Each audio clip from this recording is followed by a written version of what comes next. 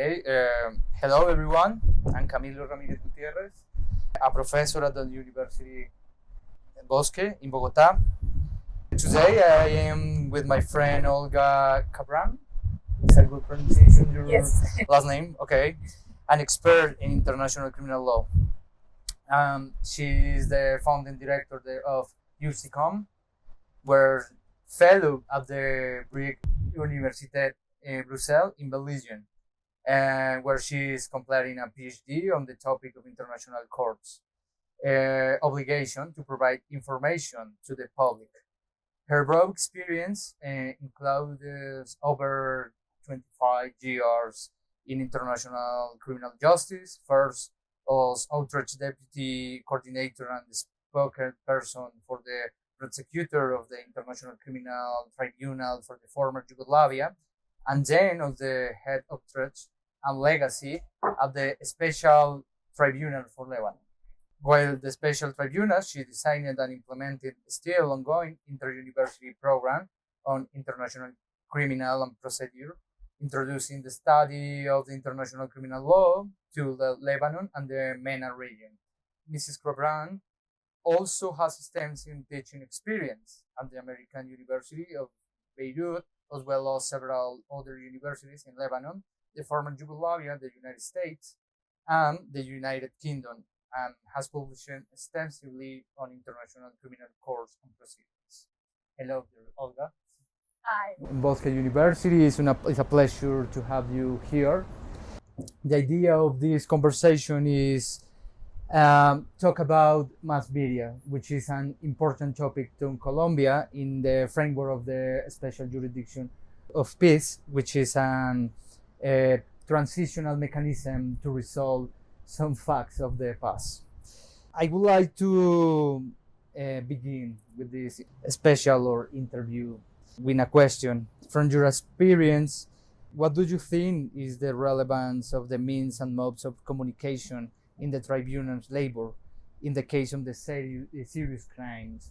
And I ask this question because one of the principal problems in Colombia is understand what is the meaning of the international crimes and the relevance to charge the defenders with this kind of behaviors. So Well, thank you very much. And thank you very much for inviting me. I'm really happy to be here. I'm happy to be in Colombia, which I've fallen in love with, and hope to be back sometime soon. In terms of mass media, in terms of generally the problems that you're speaking about, now my experience, of course, is connected to the former Yugoslavia, is connected to Lebanon and other international contexts, which are all, of course, different. But the challenges faced by people who are dealing with international crimes are actually the same.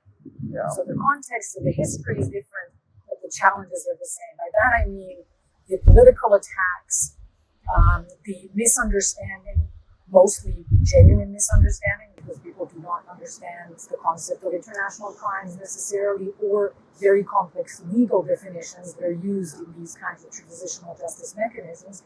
And this is why communications, also through the media, and not only through the media, is crucial to any transitional justice effort.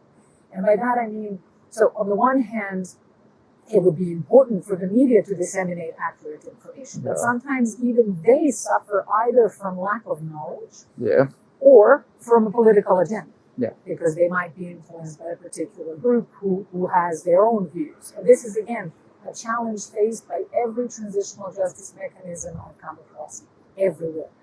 And this is what I always find interesting. But that's why it is crucial to educate people, for lack of a better word. And this is something that must be done by different segments of society, not only the transitional justice mechanism, in this case, in Colombia's case, the head, or in the former Yugoslavia's case, the Yugoslav tribunal, but also by other sectors of society. So when it comes to universities, for example, they should teach about these processes. They should teach their students. They should take great care and time to teach their students about accurate definitions, about accurate interpretations of what happened. And this is, for example, in the former Yugoslavia, there's a complete absence of that. Okay, this is interesting point because I've thought about two things. The first one is about the grounds of discrimination or motivation for the violence, which in each context is different, as you said.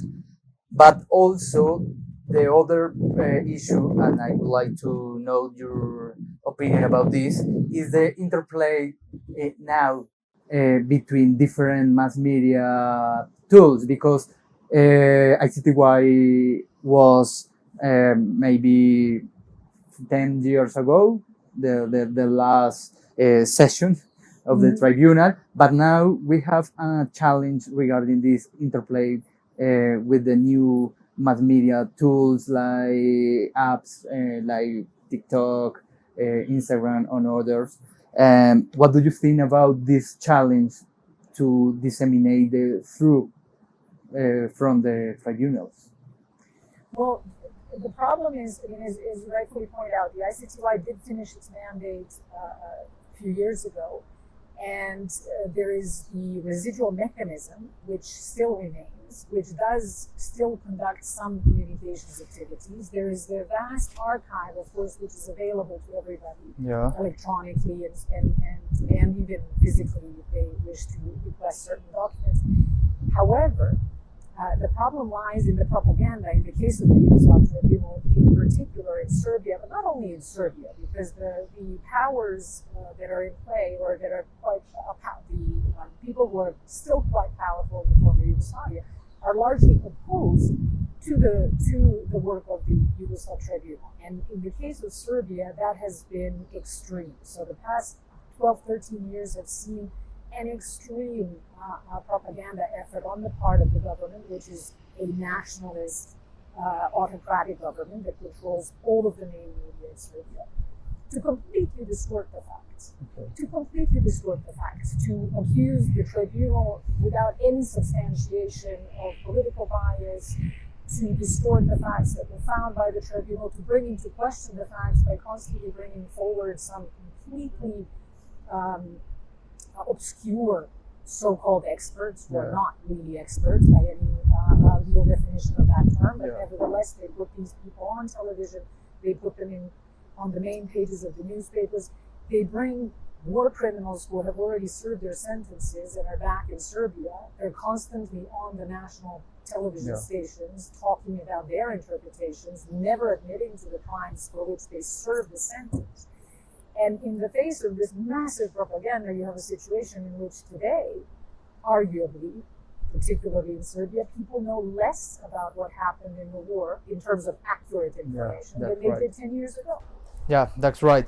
And this point is interesting. The misleading and misinformation with a special support of the technical arguments. No, sometimes experts have bias regarding the application of international justice in general, and this is a good way to confuse the public opinion. So it's a good point, but it's paradox for the constitutional state, where you have to respect the free speech. No, true. Is a good challenge. How was the experience in the former Yugoslavia? Because there are many sides to history, as you said, and on some occasions the defender was a hero in his country. I talk about Serbia, for instance. How did the tribunal manage that situation?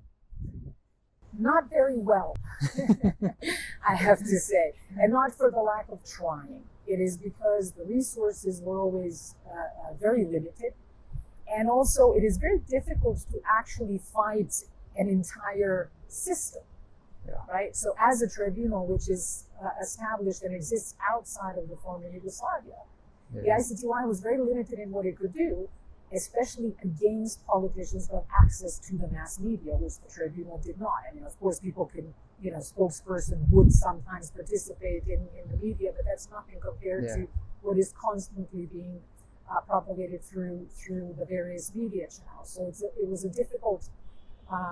very difficult and ultimately, I think, failed attempt to counteract the propaganda. However, I'll also point out something else that's worth really keeping in mind, and its relevance to the Colombian context.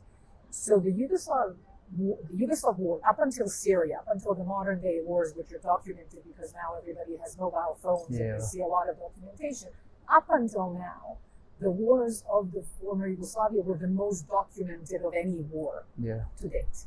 And it received by far the largest criminal justice response. We had the ICTY, we had the state court in Bosnia and Herzegovina, we had national courts dealing with war crimes, specifically established to deal with war crimes, and even so, we had 92 individuals were convicted by the ICTY, another 300 or 400 were convicted locally. There's still an estimated at least 5,000 suspects who will never be brought to justice. And unfortunately, there were no other transitional justice mechanisms. No Truth and Reconciliation Commission, no real vetting, no real reforms. None of that happened. And that proves to be wrong. So and this is a very good message for the Colombian effort, which does include many different aspects of transitional justice. And it's a very complex system, which really did, as far as I can see, its best attempt to combine as many elements of transitional justice as possible in this mechanism. And of course, it's an experiment, and we will see how it works out. And it's faced numerous challenges, as I have seen also from the political establishment. But at least it's going to it makes an effort to combine other transitional justice mechanisms. And if we learned anything from the Yugoslav example, is that if we only have criminal justice, it's simply not enough. Okay. This is an interesting point because I've thought about Danilo Solo critics about the international tribunals, also Bengash tribunals or justice. And my question is regarding if one issue in this kind of justice is just prosecute the one side of the armed conflict, because one question in the case of the former Yugoslavia, and one question or one controversial point in Colombia is, in Colombia you have to prosecute the military forces, which is the state forces, but in the case of the former Yugoslavia, for instance, NATO forces was not prosecuted by the prosecutor, the former prosecutor. So the point is, what do you think about this critique? Is important that all parts of the armed conflict in transitional justice are present in this component, or what happened, for instance, with the legitimacy of the state, which is an important point of discussion here in Colombia? Sorry. Well, I always have an issue with drawing lines of equality, because what does that mean? You can never, cannot draw an equal sign between people's suffering. Yeah. So there is no balance in that respect. The balance has to be in terms of justice, right? In terms of, are the people who are being brought before these tribunals actually responsible for what they're being charged with? Yeah. And this was the same argument in the ICTY. Yes, people have come forward with the argument that NATO wasn't prosecuted. Now, to that I would say, I would first like the justice systems to deal with the 5,000 suspects we just spoke about, who are responsible for the horrible atrocities committed in the former Yugoslavia, and then perhaps to address the issue of whether NATO overstepped its role in some instances, right? And we can discuss for hours what NATO did do and didn't do or should have done, or shouldn't have done in the case of the former Yugoslavia, but I think that is less relevant than all the crimes that were committed on the ground. And then when it comes to, for example, some things are based simply on facts. So, for example, we had a situation in the former Yugoslavia where Serbs do represent a larger group of convicted people at the ICTY. Okay. But we have to look at the background. Why is that? Well, because they controlled most of the territory at one point because they had the highest number of people in the army. They had the highest number of weapons and the hardware and the organization. They started very early in the war. They started with organizing concentration camps in May of 1992, while others were still trying to get their head around the fact that we even had a war, right? At one point, they controlled 77% of the territory in Bosnia and Herzegovina. All of these are reasons why they've perpetrated the most crimes, right? And the worst of the crimes. Not some political bias by the Yugoslav tribunal, but it's not popular for people to say this because you see the tribunal would stick to what was established in the tribunal's cases. And since it's not a Truth and Reconciliation Commission or any other mechanism, it can stick to the facts in individual criminal cases. So we as spokespeople for the tribunal weren't really supposed to speak about the bigger picture because that wasn't for the tribunal to do. And then there was no one else. That's not true. There were civil society activists who would speak about this, of course. And there were NGOs who would speak about this. But they didn't have the same impact that the politicians do. And in fact, they were demonized by the same politicians, literally demonized, so people wouldn't believe them. Right? So there's this as well. I don't know the context in Colombia, the historical context as well, so I cannot comment on that. But in general terms, going back to your earlier question as well, since time immemorial, one person's terrorist is another person's freedom fighter, and vice versa. So without going into whether people have a legitimate reason and a legitimate grievance, they are not allowed to commit crimes to achieve it. So going back again to the example of the former Yugoslavia, the Serbs may have had a very legitimate political demand within the context of Bosnia and Herzegovina when the country was falling apart. Nobody disputes that. But they cannot achieve it by ethnic cleansing and genocide. That's right. That's all there is to it. And this is what needs to be said. This is a good point because in our context, the path to equalize this point was the international humanitarian law. So in the peace negotiation, the parts established IHL is the minimum for all parts. So the point is, what is the reason for the war? No, the point is, okay, you have reasons to go to the war, but you have to respect the minimum of the war. And the point to the tribunal is, if you pass this minimum of the war, you have to respond for the international crimes.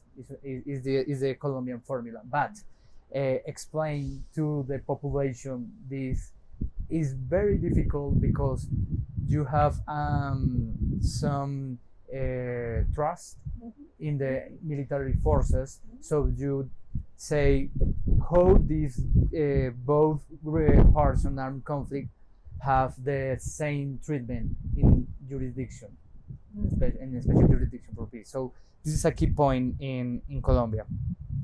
Okay, Olga, to the end, because it's a short conversation. As you know, Colombia bet on peace throughout the law, but with a novel and controversial interpretation of international law about sanctions. Despite the fact, other premises, such as restoration aim, have a relevant role in the jurisdictional design. How can the HEP carry out other message to the society without seeming to lose the fight against of impunity? Well, that is a very interesting thing, and it'll be something to really look at. I think it's a fantastic idea, and I think it's really important to introduce measures other than simply prison time. Because we also have to ask the question, what is the purpose of any of these sentences? It has to be also restorative, not just retributive. Now, I would say that everything that's part of a transitional justice mechanism is in some way or should be restorative, right, for the victims, because the victims have to be at the center of this. And it has to be also, their needs have to be taken into account. Yeah. But there's also something to be said for, again, explaining to the victims and the society at large, what are these restorative sanctions? Yeah. Why these restorative sanctions are a good way to approach these things. Because people will know that there are other situations in life when there's sanctions other than jail. Yeah. So it's not completely foreign to people to know that there's other possibilities of sanctions. To explain to them that somehow it might be more useful for society, Yeah. for these people not to sit in prison, but rather to do something, or to whatever the restorative sanctions might be. But it really is, because it's a novel idea, it takes that much more energy, time, and effort to explain to people what they can expect. Yeah. Right? And I think that it's really important to do that before the actual sanctions are issued, and then to continue when the actual sanctions are issued, not to start so that people are, the first thing they hear is a sanction that is being imposed without having had an explanation as to all the different types that might be in play and that might be relevant.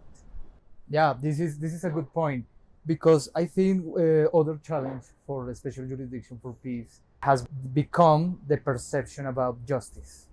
Because HEP has a particular function where you can charge the defenders with international crimes, but in most of the cases, they will receive alternative sanctions, and these alternative sanctions have not prison. It's a different meaning of the sanction, so it's a controversial point, because we have different kind of victims. We have victims from the kidnapping or taking hostage, which are people with better resources in terms of the economical status, and the other victims in the territories are people that were poor before the victimization, and after that was more poor. So it's a difficult task to have a balance between this information or training about the new kind of sanction. So yeah, it's a good point. It is, and it's what is important also to keep in mind is, as I understand it, these alternative sanctions are for people who have somehow acknowledged their wrongdoing, and that is hugely important, because again, at the Yugoslav tribunal, we did have an option for the accused to admit their guilt, but they would still receive prison time, right? It only meant some mitigation perhaps of the sentence, and it usually accompanied some kind of a plea agreement where they agreed with the prosecution that they would withdraw certain charges. And of course, this was all controlled by the judges, but nevertheless, it was a process that the victims had a hard time understanding because of, again, the whole context of the criminal justice process. So I think even those admissions of guilt didn't have the necessary, so just on a theoretical, and to just finish on this, I imagined a situation in which, instead of only being given a prison sentence, these individuals who admitted their guilt were also asked were also tasked with traveling to the areas where the victims are, and speaking to the victims, and speaking to the local communities, and even more importantly, speaking to the Serb communities if they come from the Serb communities, to the perpetrator communities, or the Croat, wherever. To explain if that accompanied their jail sentence, I think that would have been vastly more useful. And in some cases, even at this point, I think that even instead of a jail sentence, it would have been more useful. Because what we're dealing now, we have these individuals put in prison, like I mentioned earlier. Some of them came back and are speaking as if they never committed any crime. Yeah, that's right. And I think this is the main goal for the peace process, but to other shape of justice, where people can accept responsibility, give through, and also give some measures to repair the victims. But it is in the practice way a big challenge, but it is the Colombian bet. So, Olga, thank you so much for this time, for be here at the Bosque University. It's a pleasure for the Faculty of Law and Political Science to have a special expert in this kind of topics about international tribunals. Thank you very much. Thank you.